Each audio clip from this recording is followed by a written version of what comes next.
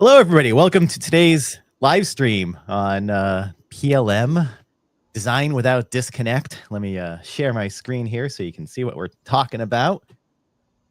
There we are. So my name is Mike LaFleche, Principal Product Marketing Manager here and on Onshape. And we also have Mike Halladay. Why don't you say hi, Mike? Hi, everybody.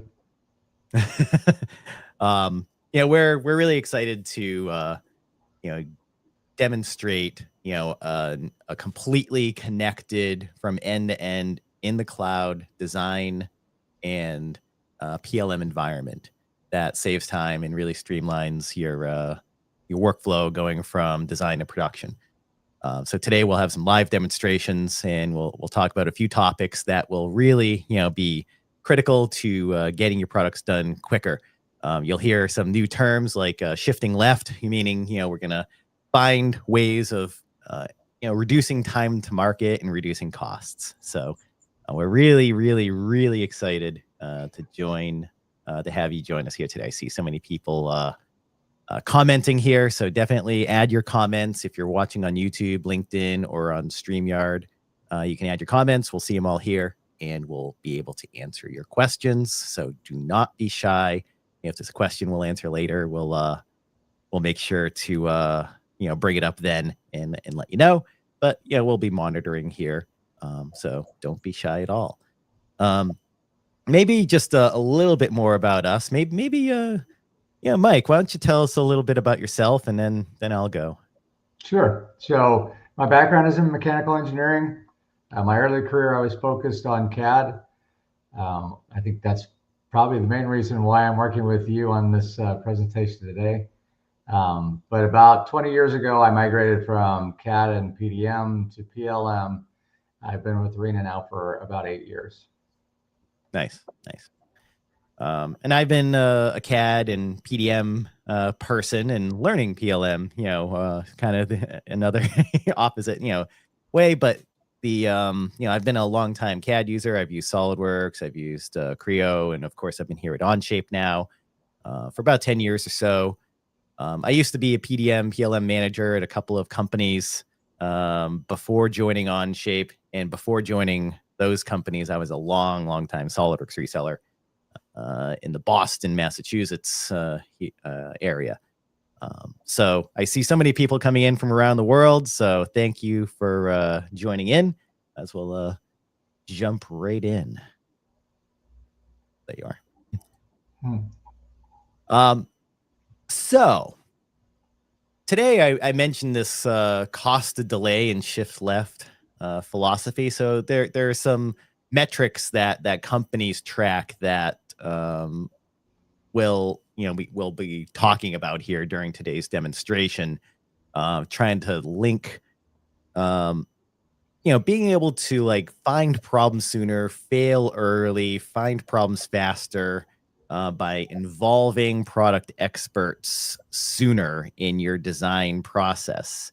And most design tools out there today that are installed in your computer work on files. It makes it hard to share, and invariably people don't share until much later in their design process. This is that whole philosophy that we'll be talking about, that we're trying to solve, and we have solved. We'll talk about collaborating throughout this process, what formal and informal control look like, because there are times when you really want to have guardrails on your design process versus your early on in your design process, where you don't want to be handcuffed by very dictatorial processes that are for later in the design process when you're actually cutting steel, right? So we'll talk about that, and then how to get started. Definitely ask questions though along the way. I can see so many people from all over the world. It's so great. So what is this cost of delay? The longer it takes to find a problem, the more costly that problem is, right? As a design engineer, right? When you're early in the design process, you have the most control over what what design decisions you can make that affect the cost of the product, right? So when you're coming up with your initial concept, putting mouse to CAD, and conceptualizing your design, that's when you have the most control and the most flexibility and freedom to make those big decisions.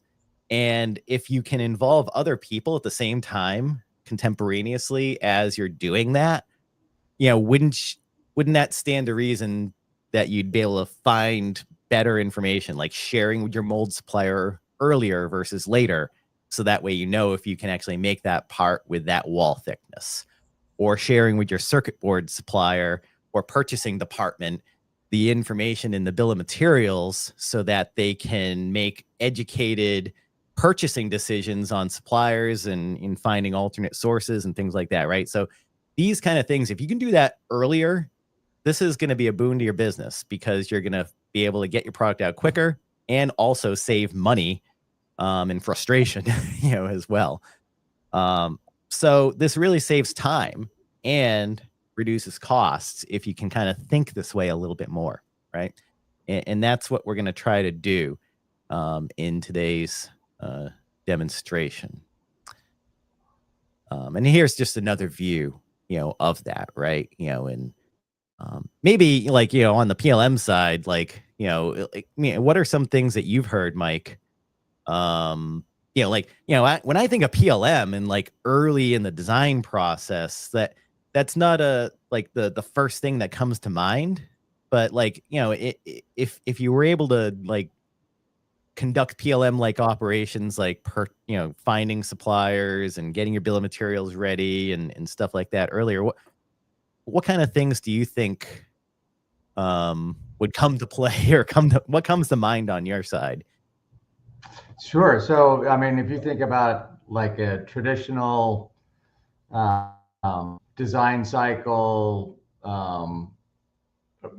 routing, approval, release process, and then your suppliers, contract manufacturers getting those finalized designs, somewhere after that all happens, there's a lot of risk involved in that, right? They're getting that late. If they find an issue with the design, something that needs to be changed, if looking at the graph, right, you're right when you when you find that after those processes happen. So it's necessary that within PLM, and as you're working through this process, you can get those suppliers, those contract manufacturers involved early.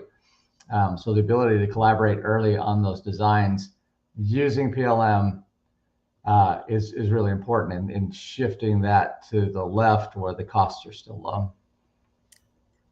Yeah, I mean, it's really cool. And the software out there today, like I said, was like, it's just really hard to do that if you're not using modern technologies and tool sets that are, kind of cloud native, really. That's like the number one thing that really helps it, is like by having a cloud system, this enables you to all be on the same version of the software systems that are being used. It enables the same design information to be guaranteed to be the thing that you're sending, right? You're not sending files that are disconnected, right? And if you're not using a system like this, it makes it very difficult to kind of move left, in this workflow, right? So, all right.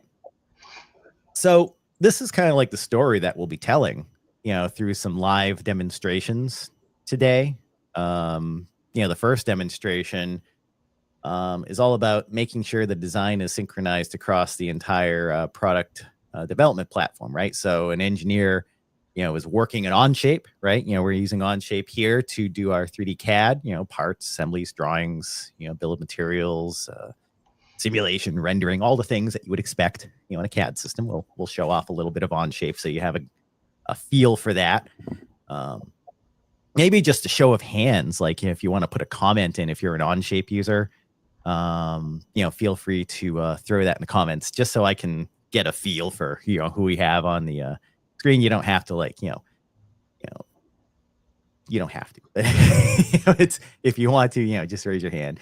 But Onshape, we're going to use Onshape for our CAD, right? And we're going to use Arena PLM as our cloud native PLM system to, get that bill of materials in the hands of everybody else that needs it in the company or external in the company, external to the company in the supply chain, right? So procurement is going to see that bill of materials immediately. They don't have to wait or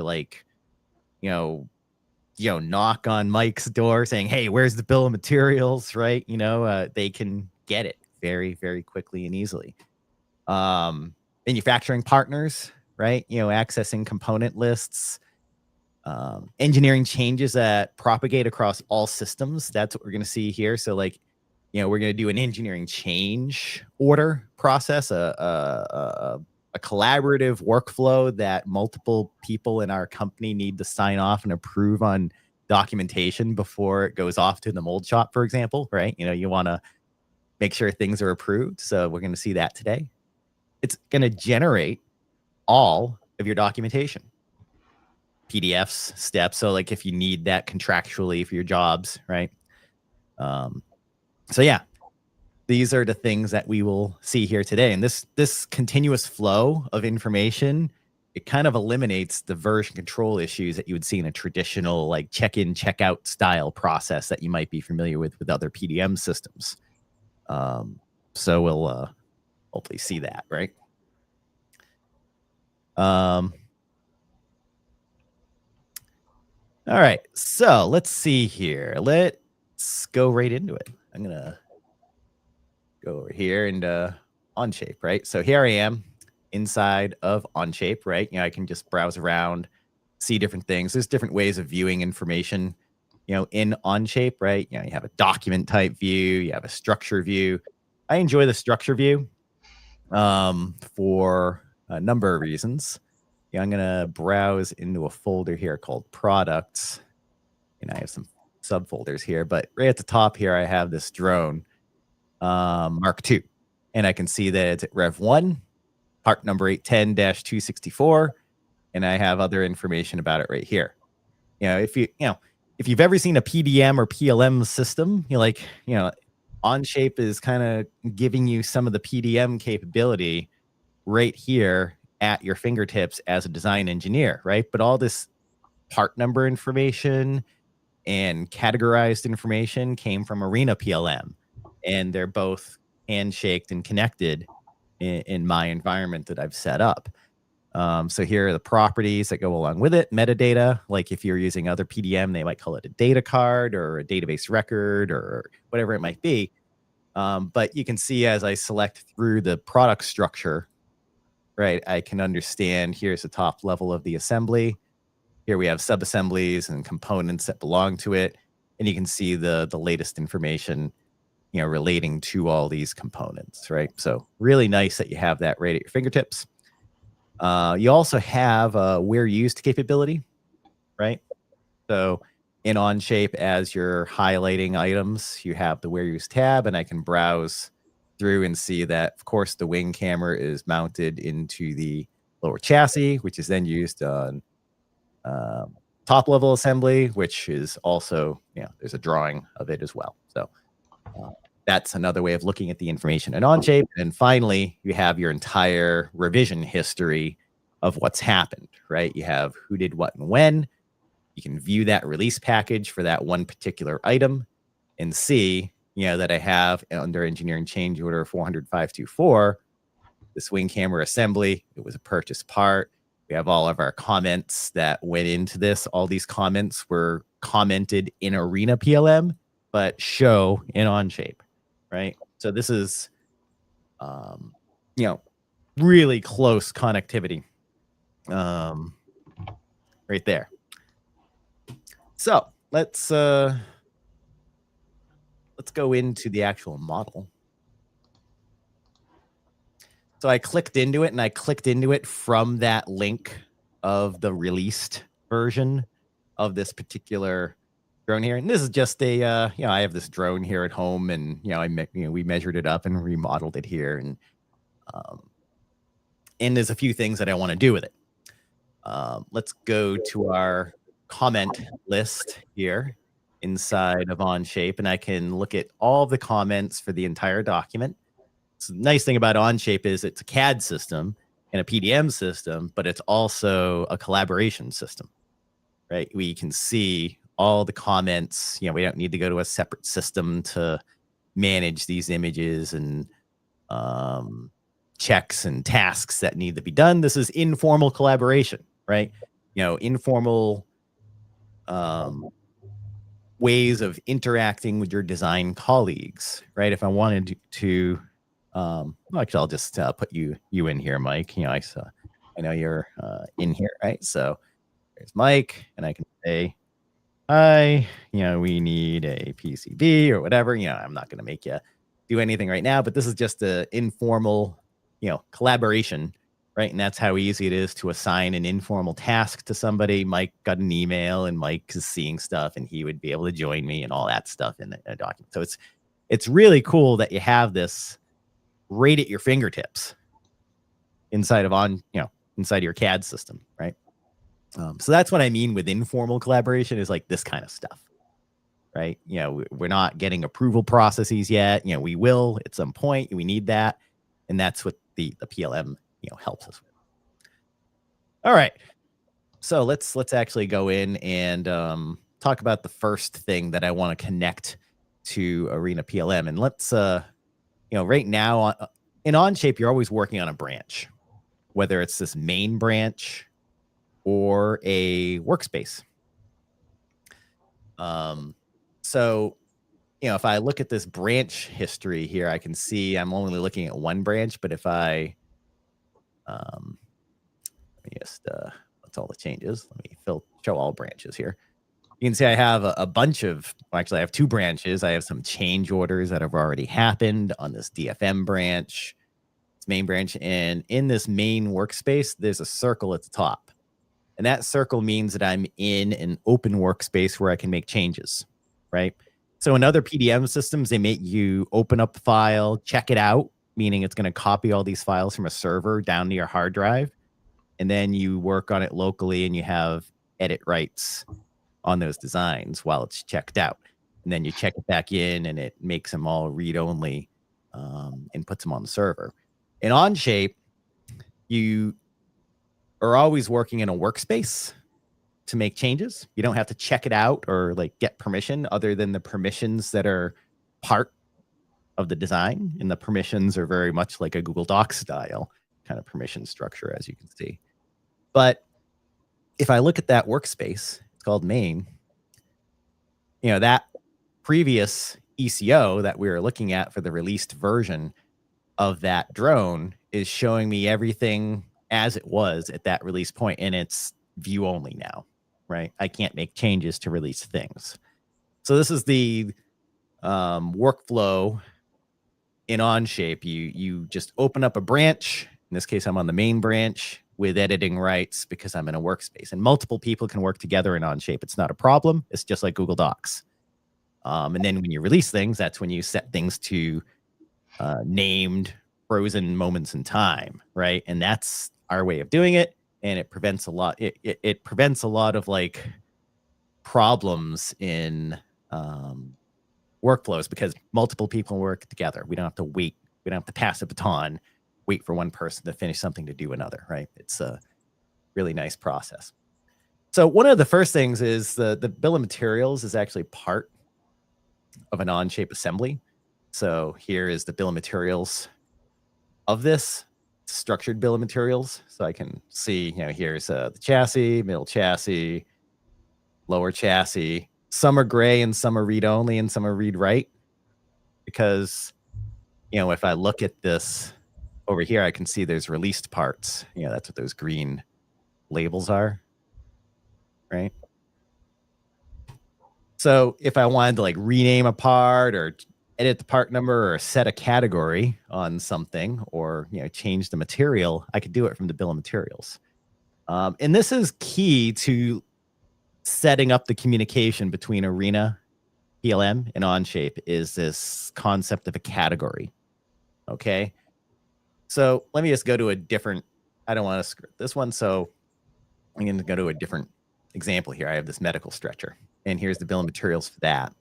And, this isn't in the PLM system yet. I can tell because at the top of my bill of materials, I see 2 buttons, one to sync the BOM to Arena and one to show the BOM in Arena, and it's grayed out. Means it's not there yet. So you can see at this bottom weldment, fabricated metal, and it has a part number. Let's say I have a plastic part. Here's an ABS part, brake pedal, right? So I want to set that not as just a regular old part. I want it to be a fabricated plastic category. Okay. And if I do that, that establishes communication with Arena. These categories are connected to categories in Arena PLM. Now I can actually generate a part number that makes sense for plastic parts at my company. So all plastic parts get 432s, all screws get 472s, all weldments get 430s as their prefix, right? So let's go ahead and you know, that's essentially how you connect the systems. Of course, there's an admin tool where you connect to systems, right? But that is essentially now creating that connection. So here I can see I've done all that work on the bill of materials. So it's nice to be able to do it from the BOM. You know, you're actually working in the BOM for this. So to do this, like here's a good question from Joseph, if you don't mind me sharing it. Does the Arena connection work out of the box, or does it require a connector or just configuration? It's more of just configuration. You need to have, you know, a certain level of Onshape and Arena. So as long as you buy the right level of system, there are just all you have to do is just connect it, right? You know, it's an enterprise user control setting, right? You know, there it is. You know, I can, you know, sync stuff, and all the connection behavior is right here and managed from an administrative console that you can sign into, right? So that's essentially how you connect it. The connector doesn't cost extra. It's just you have both systems, you're at the right level of those systems, and you just connect the two. And it's as simple as that. No other software to install to make that happen. Right. I mean, I'm not speaking out of school there, Mike, right? Nope, absolutely not. It's the connection itself is written into both applications, so there's no middleware, there's no integration. It's just they speak to each other, and through enterprise settings is how you know, set up how they communicate with each other. Great. All right. So essentially that's what we've done to get this into the bill of materials. Now I can open it in Arena, but maybe Mike, you want to kind of go into more details about, you know, what we can do with the bill of materials now that it's in Arena. So I'll stop sharing my screen so you can completely take over on that side if that works for you. All right. So let me know, Mike, when you see my screen. All right, I see it. I'm adding it to the stage now. There you are. Yeah. Okay, excellent. So, you know, here's the drone bill of materials that Mike has synchronized with Arena. And of course, we've got all of the structure that Mike created in his Onshape model replicated on the Arena side. And so when we talk about the ability to, you know, the concept of shift left, right? We think about that cost graph and shifting left and getting things done earlier. You've already seen a lot of collaboration tools that Mike has been able to show you that are built into the Onshape side of things.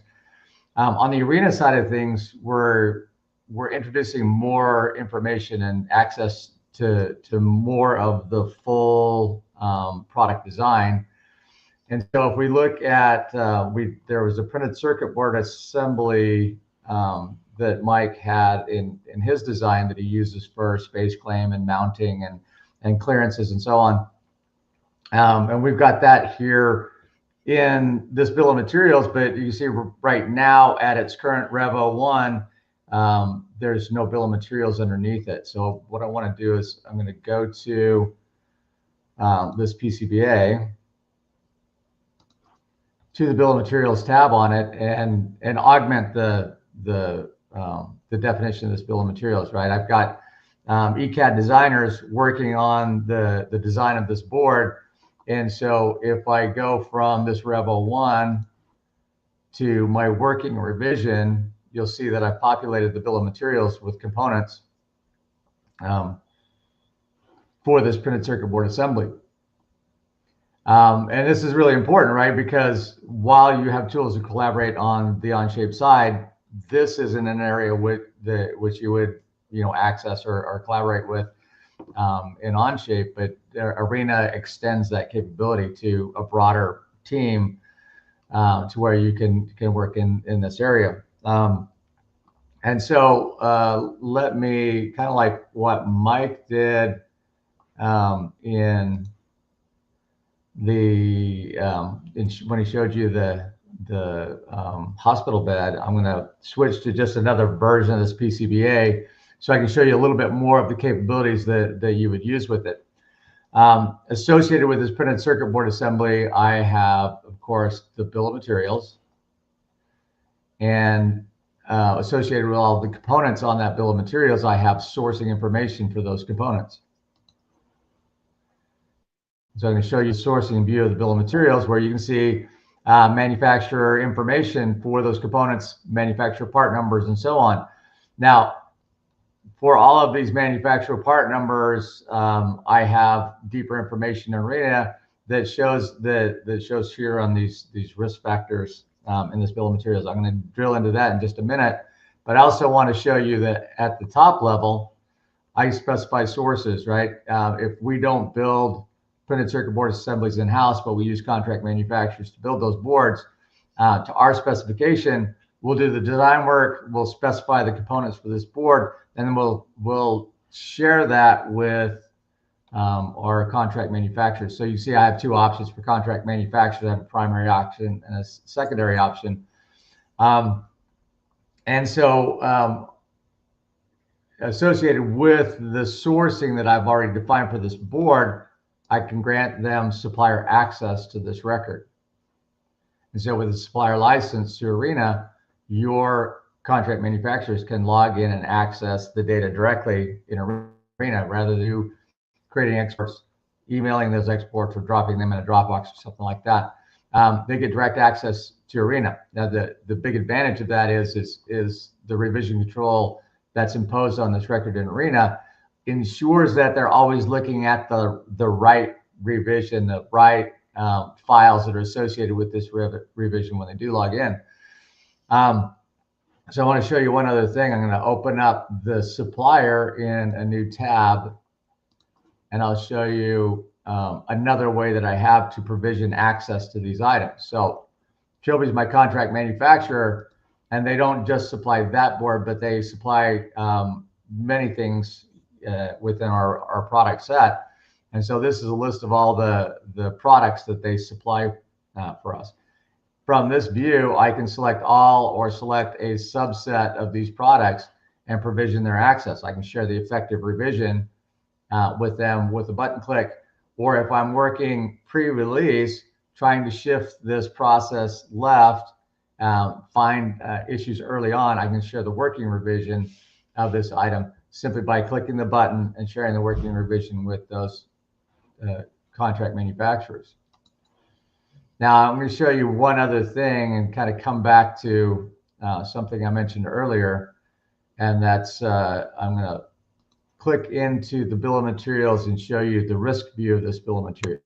So I put the risk factor that was showing with my supplier items, and I've got a risk view in my bill of materials to really focus in on these risk factors. So these are all components that we purchase in bulk, that we stock, we build from stock, and so on.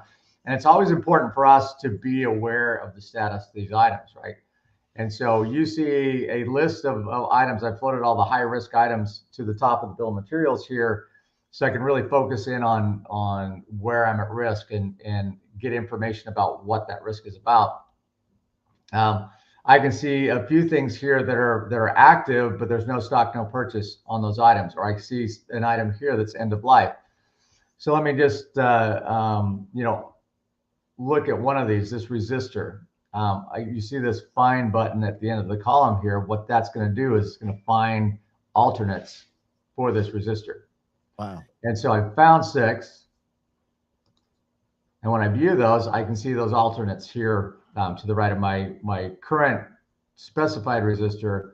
And these are alternates that are related. And you'll notice here up next to the manufacturer part number, it says full match. Now, full match is based off of form fit function on these specs that you see down here in the deeper information that's associated with this item. If I choose to use one of these matched items, I simply have to click a button and that will create the supplier item for that manufacturer item in my database. And this is great. I want to show you another item here, this integrated circuit. And this will really kind of highlight the importance of finding this early in the process. So I found 68 matches, but when I view those matches, I can see that it's not a full match, right? So again, based off of these specs, not a full match on those specs, which means there's going to have to be some redesign that happens, right? With a full match, that's just a drop-in replacement. All the design work is really continues as is. In this case, though, without it being a full match, there's redesign required, right? So the further to the left on that graph that you can find this issue, the sooner you can get that corrected, the lower the cost of making that correction is going to be. Wow, that's really amazing. Just hitting that one button there and finding those alternatives. That's pretty new, right? Yeah. So this is a new capability. It's called supply chain intelligence. It's built into Arena. There's 2 different levels of it. One for the base package of Arena, and one for the enterprise package. And if you have more questions about supply chain intelligence, get in contact with your Arena representative. Perfect. All right. Let me add myself back to the stage here. So let's kind of riff on that story a little bit more. Let me back over here. So we saw the BOM synchronization. The next thing we want to do is, and maybe before we move on, this is actually kind of a timely question, maybe for you, Mike. All those items in Arena, like how did that get in there? Yeah, so great question. So we have a partnership with a company called Accurus. They were formerly known as IHS, but they are a well-known provider of database information about electronic components. And so we're leveraging that data set within the bill of materials in Arena for you to be able to find that information early. Great. All right. So the next step is, we're making changes. We're identifying things early. We've created tasks in Onshape. We've exchanged information already with Arena just by hitting the one button to send the BOM information. And by the way, when you send the BOM, it's creating thumbnail images. It's creating files at the same time. It's doing a bunch of stuff behind the scenes that you didn't even see. It didn't take over my computer to do it. It's executing on cloud native services, right? The same thing will happen with our formal control processes when we need to submit a change order. We start the change order in Arena, getting an ECO number, right? The team reviews it. Of course, whether it's in Onshape or Arena, depending on who you are, you can get to the information. And then you finalize that release, and Onshape is aware of all the release statuses, and you can see it in the tree with the labels and everything like that, right? So if we do that, let's go over here. I have a change. Let me just go to the analytics in Arena here, and I have a change management dashboard that's showing me all the changes that are happening in Arena. I always like seeing charts and graphs. I don't know about you, but I want to create a new change, or I actually have a change already waiting for me, I believe. Yeah, this one right here, ECO 532, right? So I have this created in Arena. And now I'm going to go to Onshape. I can find the right page. There we are. I'm just in my Chrome browser, right? I'm just swapping between windows. I'm on my Mac and a Chrome browser. Like, that's also kind of crazy and cool to think about in a CAD and PLM demo. So let's make the design changes that we need. So we were talking about the circuit board, right? So we have the main board. I'm going to isolate that. We can see we have an updated board in here, but we have no way of mounting it to our bottom component, right? If I look at this, this was a comment that I had here in Onshape. We need to create standoffs to go through the circuit board. And I also need to check the the bottom face and all that. So, or the wall thicknesses as well. So how would I get to this? How would I do that kind of work? Well, here I am in, this lower assembly here, and I can edit this in the context of the assembly.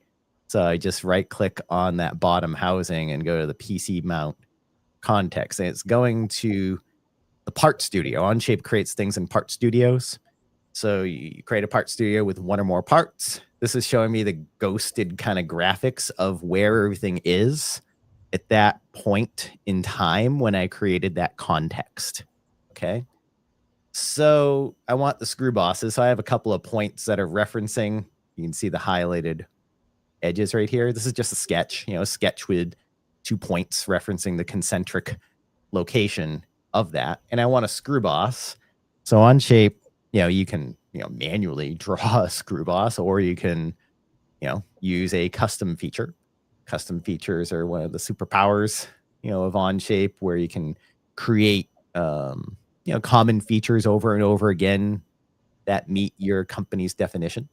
I want this to go up to a face like there, and 3. Yeah, okay, that's fine. I'm not gonna win an award for plastic part design here at the second, but there we are. We have a screw boss on our part. It's referencing the circuit board. I also want to do a thickness analysis check, because I'm an engineer. I care, and the mold designer told me that if I, have regions that are thicker, there might be dwell points that occur. And look how quickly I was able to get a thickness analysis of this in Onshape here, right? And I can see over here we have, a variation in the wall thickness, showing that it's thicker in those regions, right? So you can use, there's different methods for coming up with this, but very, very cool that it's built right in to the software. So we see that I'm looking at those comments, and I can resolve those comments, right? Just like this. So I'm resolving Mike's comment here. I'm resolving this. So these are my informal tasks along the way that Onshape provides. And if I didn't have any of those checked off before I went to an official release, it would actually stop me from doing the release if I have certain rules and checks, set in my options, right? So that's pretty cool that even these minor tasks, instead of having 3M Post-it notes on your monitor reminding you what to do, it's part of the document, goes along with everybody, and we can kind of see it all here, and even go to the versions that it was set at ECO. It's really quite complete. Well, let me just go back to the main branch, and I'm going to get this ready for release. The other thing I need to do is just make a quick drawing of that as well. Let's go to, let's just, where was I? There's the drawing mark too. Okay. All right. So I have our items in here. I need to create a drawing of that part, stick it on a piece of paper. And I'm just flying through here. I'm not going to, make a 100% drawing here, but we'll get something ready to go. I'll just put some dimensions in, between here. Show that in a shaded view. and put a rev table up here in the corner. That could be part of your template, of course. All these values are reading information that are custom properties from Arena PLM, of course, right? So let's release this. So, everything that we do in Onshape, if you're new to Onshape, is recorded, essentially. Like every single change, who did what and when, is in here. It's not, there is no save button. Everything's saved all the time. But these moments that you see are the moments of creating a labeled version, which is just like a line in the sand, nothing, no approval process needed, or release, in which there is an approval process needed. And it's going to just use Arena as the workflow engine to approve the release process. Like Onshape has its own, right? If you are an Onshape professional or enterprise customer, you have that as part of Onshape.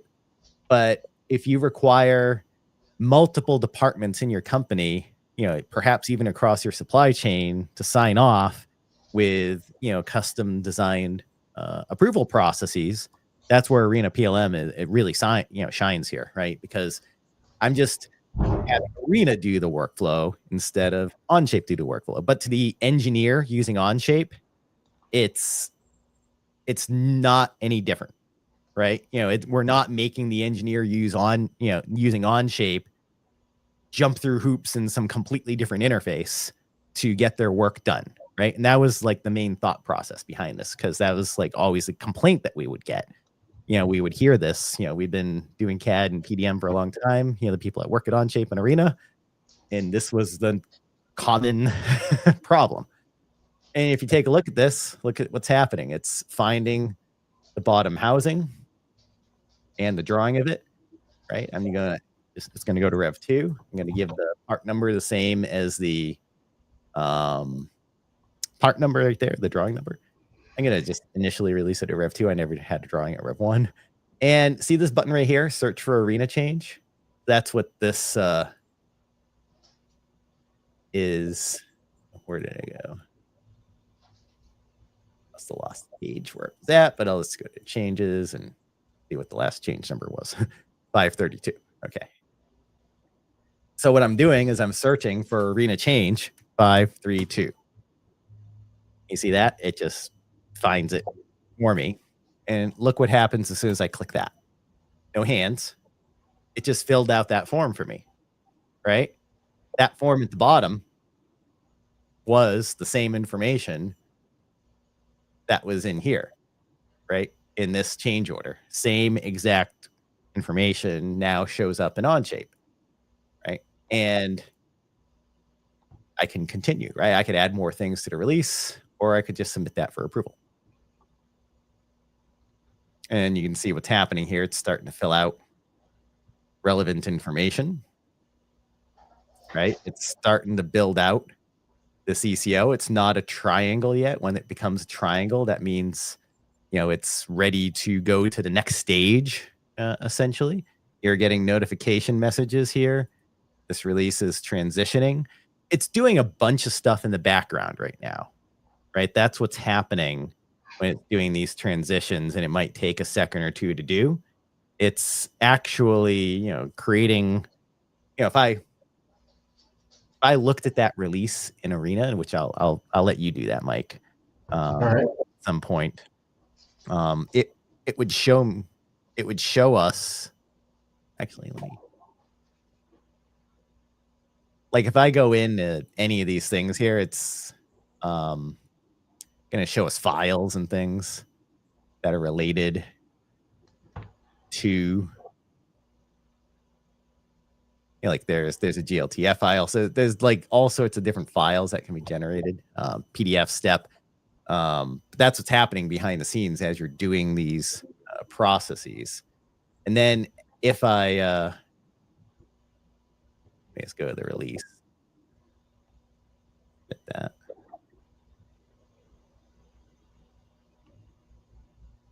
So I could submit it, Mike could as well. We could both be part of a process. Like I just submitted the change but maybe Mike, you want to be the one that hits the approve button. So what I'm going to do is go to Onshape and wait for you to do that. I can see things happening over here. And like if I were to click into this while this is happening in Onshape, you'd see that it's a pending release on the drawing. I might be too late though. It might actually be fully approved now. We'll see what happens. I think it's in approval right now. Oh, okay. Yeah, that's what it's doing then. Yeah.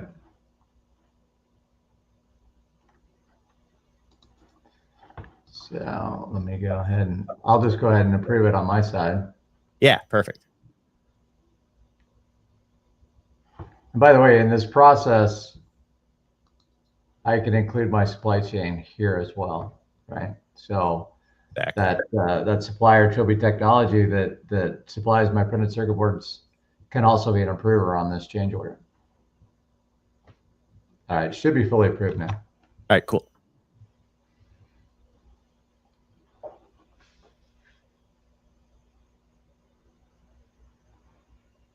Actually see it over here. It says released already. We're at Rev 2 for ECO 532 right there. By the way, from this release form, you can click right into any of these documents here. These are hyperlinks.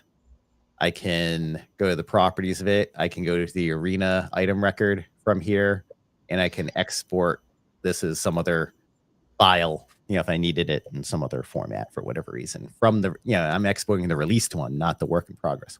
Kind of important to understand. But, there's the version right there. Load that in Onshape. I could also load it in Arena. If I click that button, and it will bring me to an Arena window as well, showing me the item master for that item in Arena. And you'll see, like, in Arena, you can go back to Onshape, right? So it's all a full loop, that's happening through this in here.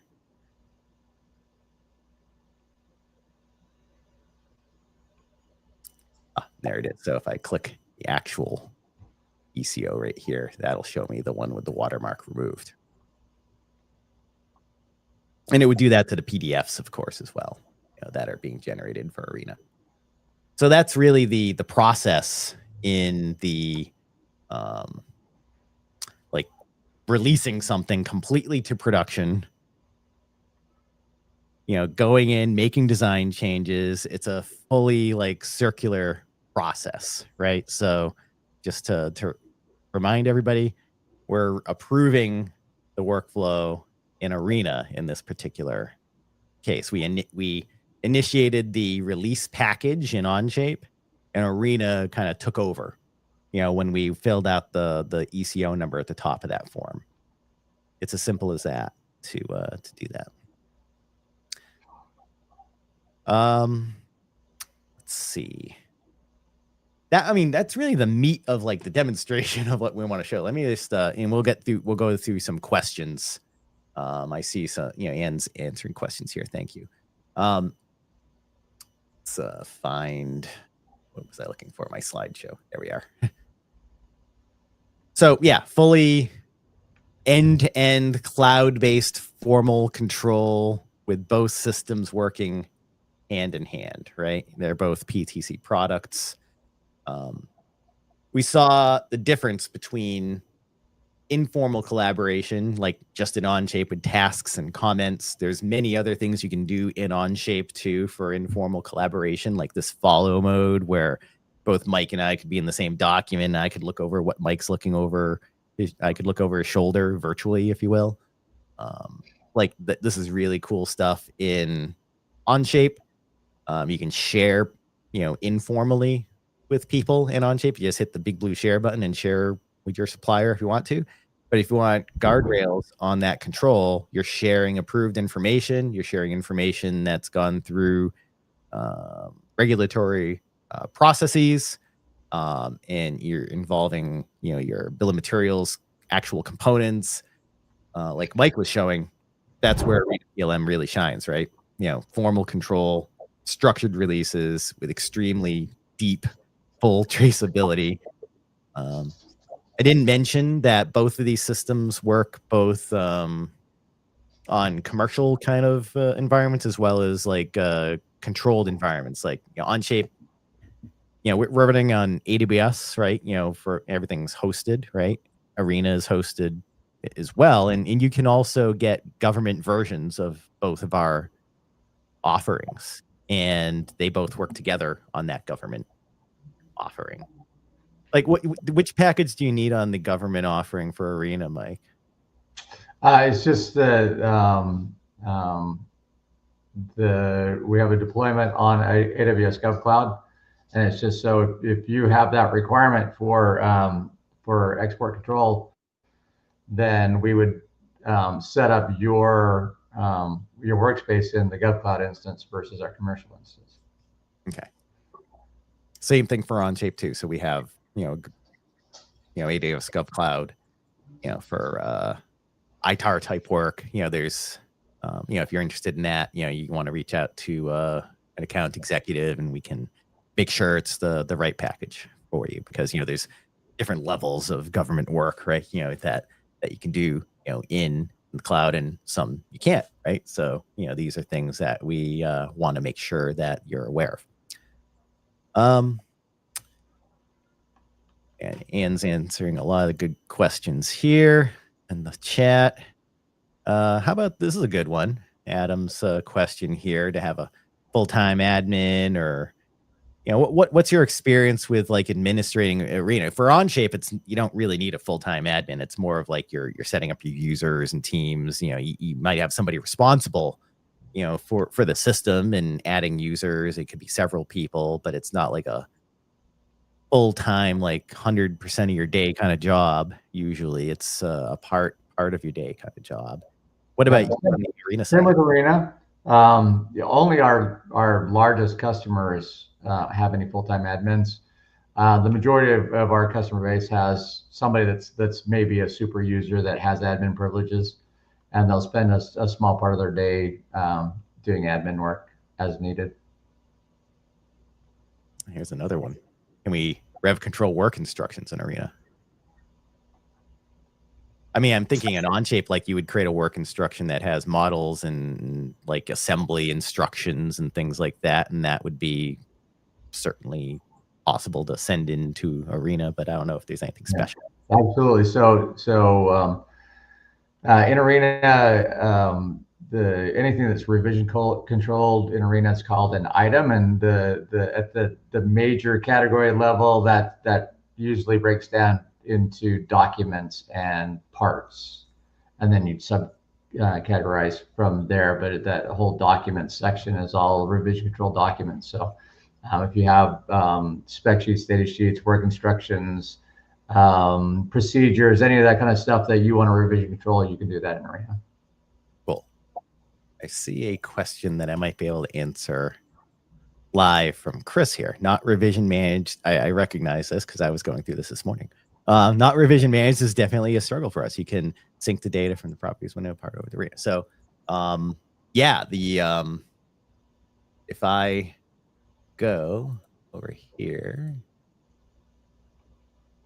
stretcher, if I go to this column right here to add columns, I can add this column for not revision managed, and then I can see very quickly which items I don't want revision managed. And the reason why you'd want that is like if I go back to my drone to the rotor or the DC motor itself, like the motor is made up of 3 pieces. Just let that load up. You can see they're not revision managed, right? So like I only buy the motor. I'm not going to buy these 3 parts, but I wanted the 3 parts in Onshape because I wanted the animation. I wanted the rotor to go around the stator and be a magnet and all that. So like, that's what I wanted. So, it came in as 3 parts. So you just tell it not to be revision managed. And then when you sync the bombs and do the revision management, Onshape and Arena are aware of that now. It didn't used to be that way the whole time. I think that's fairly recent. Those I don't know how many releases ago it was, but more and more, every one of these little esoteric settings that need to be fully combined in concert with Arena and Onshape are being taken care of as more and more customers are using it. Yeah, Mike, I think you did the same thing with the components on the printed circuit board assembly, right? They're not revision managed. You just pushed the board so that I had the level that board was at to work with, and then I populated the components that I got all the background data on and everything else from the Arena side. Exactly. And the amount of information that you can send back and forth is, it's all based on categorized information. You can see you can hook up those properties right here. So this is Maurice's question. So yeah, you can see we're just hooking up categories, and Onshape has custom properties that map to those categories, and so does Arena, right? So we're just mapping those things together. So I mean, you want to make decisions. You don't need everything that's in Arena to be an Onshape, in my opinion. Most of the time it's a subset of information from Onshape would go to Arena. Some of the stuff from Arena is coming in Onshape, right? So, yeah. In my opinion, it's you maintain in Onshape the properties that make sense to be in Onshape, and then you leave the rest to Arena to manage. Exactly. Yeah, I'm just gonna look through the questions here. A lot of questions coming in. I don't know if we get to everyone live, but we can reach back out if need be. Would you want to have those not revision managed? You just set the DC motor to show assembly only. I was trying to figure out which one to use myself. I tried both. I liked setting it not revision managed because I would never ever want that to be managed, the parts under it. So that was just my way of double diving on that one. Here's a good comment from Jason. An MBOM, only 3-bomb, where you can have two-way integration, the indirect materials in MBOM are uploaded in Arena and manually. I don't know what your thoughts are on that one. You might have some thoughts, Mike. Yeah, so my thoughts on MBOM versus EBOM is PLM is really the system for managing the EBOM, and so we typically integrate downstream to something that makes more sense for the MBOM, an MES or ERP system or something like that. Cool. Let's see, I'm doing a final scroll through the comments feed here. There's a lot of them. I know there's a lot of cost questions. Onshape pricing is very transparent up on the website. I'm not sure. I don't want to comment on Arena's pricing. I don't know what you would say. Yeah, this pricing is also on the website. Okay. Yeah. But yeah, it's software as a service subscription style pricing, and how long does it take to get started with Arena for a medium-sized company, Mike? Yeah, so our average implementation time, I think, stands at 16 weeks, right? But it varies from very simple implementations that could be as little as 4 to 8 weeks up to about 20 weeks, for implementation. And that's because they're getting somebody like you that's helping them along the way make decisions about how it should be implemented. It's not like you're doing installation for 16 weeks. It's like, it's more of consulting, like business. Yeah, it's consulting, workshops. And honestly, the biggest reason for any delays in time during implementation is the availability of the customer for a workshop. So nice. Yeah, it's really valuable. I've heard lots of great feedback from those workshops. It's the Onshape customers that take them are happy, typically, from what I've heard. Yeah, I see a few comments about Windchill. Windchill is another sister product, of PTC. So, another PLM product. Currently, there's no live thing like we have with Arena for that currently. So that's just the answer to that today. But, we're all the same company, so you might imagine things like that would happen someday. But currently, this is what I think it is our best-in-class offering for Onshape customers to connect their system to a live PLM system. They're both born in the cloud systems, right? bomb.com, it's been around for quite a long time, Arena. And Onshape now is entering, second decade of our existence. It's got lots of customers out there. So these are great questions we're getting here. So I really appreciate everybody joining us here today. What I think, if you go to each one of our websites, that you sign up for, trials or, learn more, whatever, button you click on our website, you're going to get somebody to reach back out to you so you can explore and learn more, on the platform. So thank you very, very much, Mike, for joining me today. And thanks to everybody around the world. I thought it was a great session. Yeah. Thanks, everybody. All right. See y'all later.